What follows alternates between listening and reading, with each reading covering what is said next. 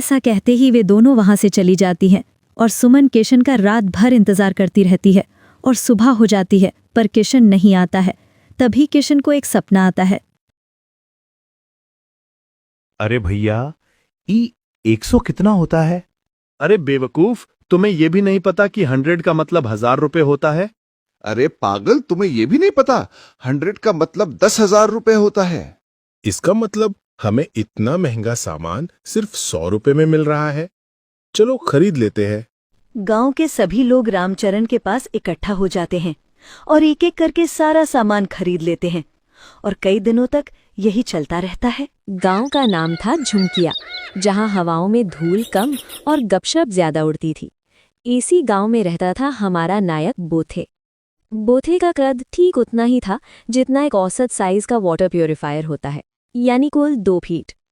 लेकिन भाई साहब का एटीट्यूड 6 फीट वाले पहलवानों को मात देता था। बोथे को अपनी हाइट से कोई शिकायत नहीं थी।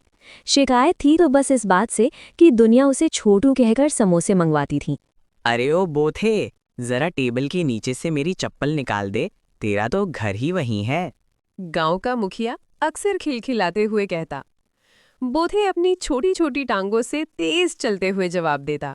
मुखिया जी, चप्पल तो निकाल दूंगा, लेकिन याद रखना, कद छोटा है पर जब मैं हाथ उठाता हूं तो सीधे घुटने पर लगता है और घुटने की चोट बुढ़ापे तक याद रहती है। बोथे की उम्र शादी वाली हो चुकी थी। उसके पिता, जो खुद 5.5 फीट के थे, परेशान रहते थे। उन्होंने बोथे के लिए लड़कियां देखनी शुरू की, लेकिन समस्या हाइट की नहीं, बोथे की डिमांड की थी। बोथे को चाहिए थी ऐसी बीवी जो कम से कम 5 फीट 8 इंच की हो। एक दिन बोथे बरगद के पेड़ के नीचे उदास बैठा था। तभी वहां गांव का सबसे बड़ा फेंकू रामू आया। रामू ने कहा, बोथे, तू क्यों परेशान है? तेरी शादी नहीं हो रही ना? देख भाई, ये दुनिया विज्ञान से नहीं विश्वास से चलती है। बगल वाले गांव के जंगल में एक चमत्कारी बाबा चिमटाधारी आए हैं। सुना है वो कद्दू को तरबूज बना देते हैं, तो तुझे दूल्हा बनाना उनके लिए कौन सी बड़ी बात है? बोथे की आंखों में चमक आ गई। अगले दिन बोथे अपनी फटी हुई जेब में कुछ सिक्के और ढेर सारी उम्मीदें लेकर बाबा चिमटाधारी के आश्रम पहुंचा। आश्रम क्या था, एक पुराने पीपल के पेड़ के नीचे त्रिपाल तनी हुई थी। बाबा अपनी आंखें बंद किए बैठे थे और उनके सामने अगरबत्तियों का इतना धुआं था कि बाबा कम और धुएं का गुब्बारा ज्यादा लग रहे थे।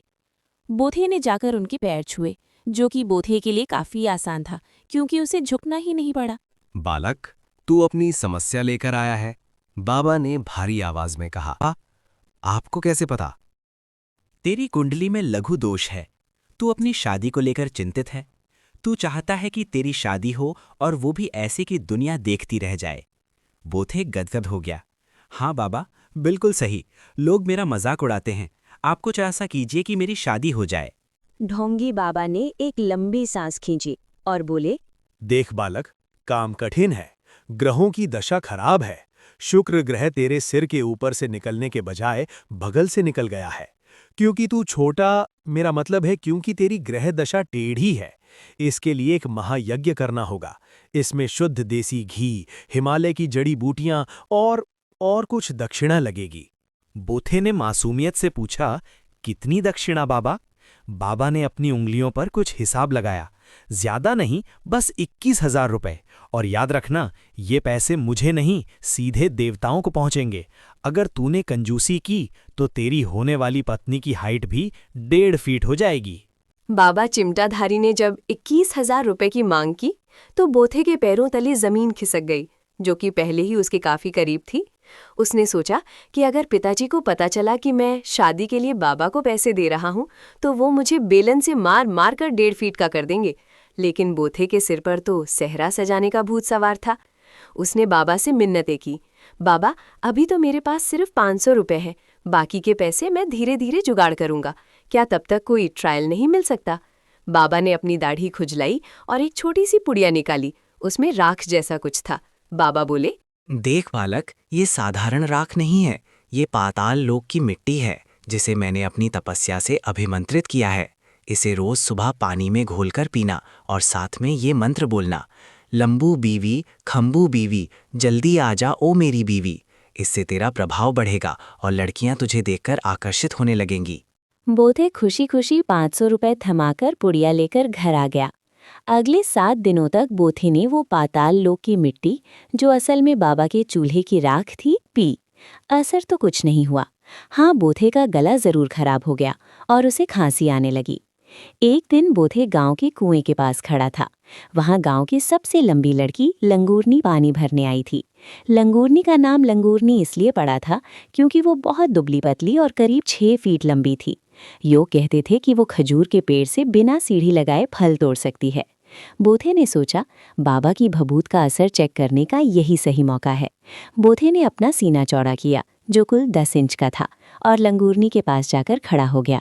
लंगूरनी ने नीचे देखा ही नहीं। उसने बाल्टी खींची और बोथे के ऊपर पानी की कुछ बूंदें गिर गईं।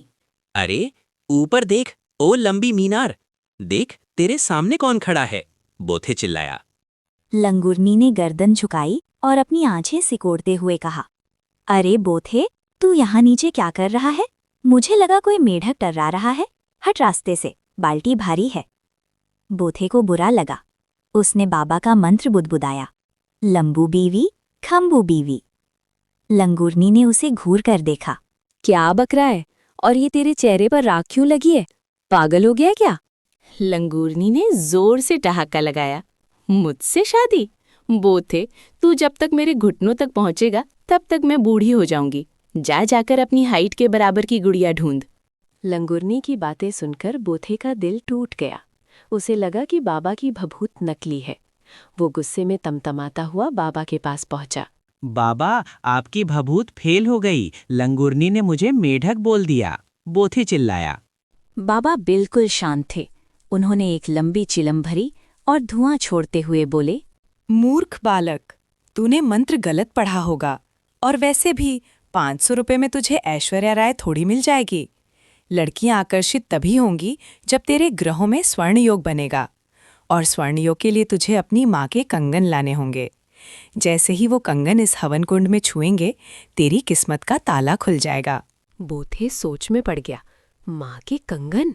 वो तो अलमारी में बंद रहते हैं। पर बाबा की बातों में जादू था। बाबा ने उसे सपना दिखाया कि जैसे ही वो कंगन लाएगा, लंगूरनी खुद चलकर उसके पास आएगी और कहेगी, बोथे, तुम छोटे नहीं, तुम तो मेरे सपनों के राजकुमार हो। बोथे ने तय कर लिया, वो